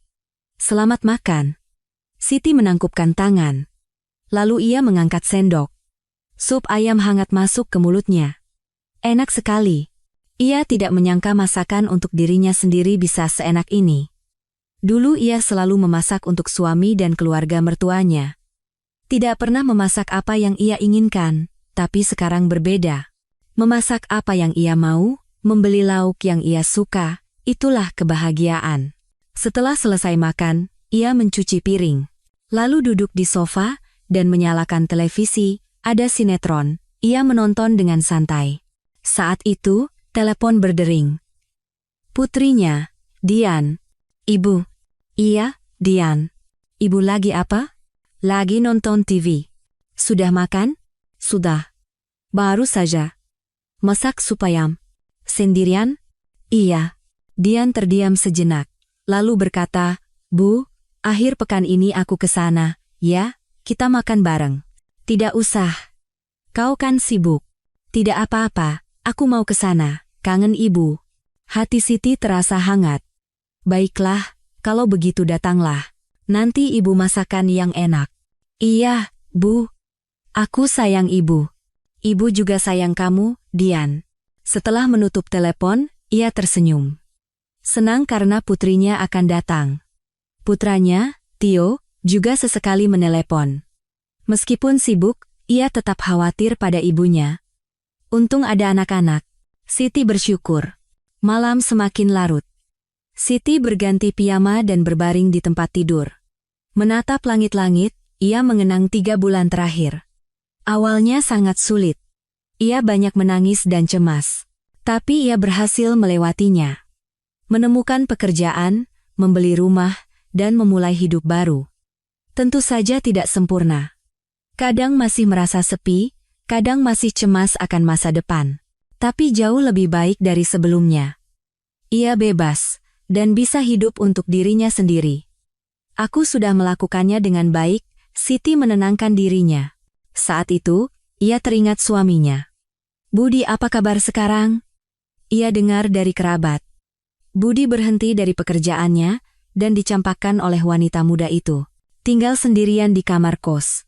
Siti merasa campur aduk. Merasa kasihan, tapi juga berpikir, itu hidup yang ia pilih. Budi hidup sesuai pilihannya, dan ia menerima akibatnya. Siti pun begitu. Memilih cerai, dan menerima hidup sendiri. Dan sekarang, Siti bahagia. Tidak sempurna, tapi ia hidup dengan caranya sendiri. Inilah aku, gumam Siti. Melalui jendela, terlihat bintang-bintang di langit malam. Indah sekali. Siti memejamkan mata. Besok pagi, ia akan bangun dan pergi ke supermarket lagi, menyapa pelanggan dengan senyum, dan bekerja keras. Dan malamnya, ia akan memasak makanan enak untuk dirinya sendiri. Rutinitas kecil, tapi itulah kebahagiaan. Beberapa hari kemudian, Lebaran Haji tiba. Dulu, ia pasti akan pergi ke rumah mertua dan bekerja seharian. Tapi sekarang berbeda. Siti berencana menghabiskannya dengan tenang di rumah. Putrinya, Dian, akan datang. Pagi hari Lebaran, Siti menyiapkan makanan sederhana. Ia tidak membuat ketupat atau opor. Sebagai gantinya, ia mengupas buah dan membuat salad. Dian tiba. Ibu, selamat datang, Dian. Mereka berpelukan. Dian menatap ibunya dan tersenyum. Bu, senyum ibu sudah kembali. Iya, akhir-akhir ini ibu senang. Syukurlah. Aku khawatir sekali. Maaf ya, Dian. Ibu sudah membuatmu khawatir. Tidak apa-apa. Yang penting sekarang ibu bahagia. Mereka duduk dan makan bersama. sambil mengobrol. Bu, sekarang sudah benar-benar tidak apa-apa? Iya, Dian, tidak apa-apa. Malah lebih baik. Zonggu? Iya. Aku tidak tahu kalau hidup untuk diri sendiri bisa semenyenangkan ini, Siti serius. Bu, aku menghargai pilihan ibu. Awalnya aku tidak mengerti, tapi sekarang aku tahu. Ibu juga berhak bahagia. Mendengar perkataan Dian, mata Siti berkaca-kaca. Terima kasih, Dian. Bu, ayo kita hidup dengan baik ke depannya. Iya. Mereka berpelukan lagi. Saat itu, bel pintu berbunyi. Siti bingung. Siapa, ya? Saat membuka pintu, ibu mertuanya berdiri di sana. Nenek berusia 86 tahun itu memegang tongkat. Ibu? Siti terkejut. Boleh ibu masuk? Iya, Bu. Silakan masuk. Ibu mertua masuk. Dian juga kaget dan berdiri. Nenek? Dian juga di sini, ya. Nenek, kenapa ke sini? Ibu mertua menatap Siti, lalu berkata singkat, Siti, maafkan ibu. Bu? Ibu salah pada menantu ibu. Ibu sudah membuatmu sangat menderita. Sekarang, hiduplah dengan tenang. Mata ibu mertua berkaca-kaca. Ibu, Budi, anak itu, sudah salah. Sebagai ibunya, ibu minta maaf. Siti memeluk ibu mertuanya. Mereka berdua berdiri begitu beberapa saat. Dian menatap pemandangan itu dan diam-diam menyeka air matanya. Sore itu, di musim kemarau yang hangat. Di sebuah kamar kos kecil, 3 orang duduk minum teh bersama. Siti menatap keluar jendela. Sinar matahari bersinar hangat. Sekarang dimulai, gumam Siti. Perceraian di hari Lebaran itu bukanlah akhir. Itu adalah awal yang baru. Dan sekarang, Siti sedang menjalani hidupnya sendiri. Dengan bahagia. Siti, yang menerima pengumuman cerai di hari Lebaran dan dengan tegar berkata Alhamdulillah, baguslah, sambil menandatangani surat cerai. 3 bulan kemudian, ia bekerja sebagai kasir supermarket dan menemukan kebahagiaannya sendiri. Perkataan bahwa usia hanyalah angka, kita rasakan kembali melalui kisah Siti. Dukungan Anda akan menghasilkan cerita yang lebih baik. Subscribe, like, dan nyalakan notifikasi untuk mengikuti cerita selanjutnya. Semoga hari Anda bahagia.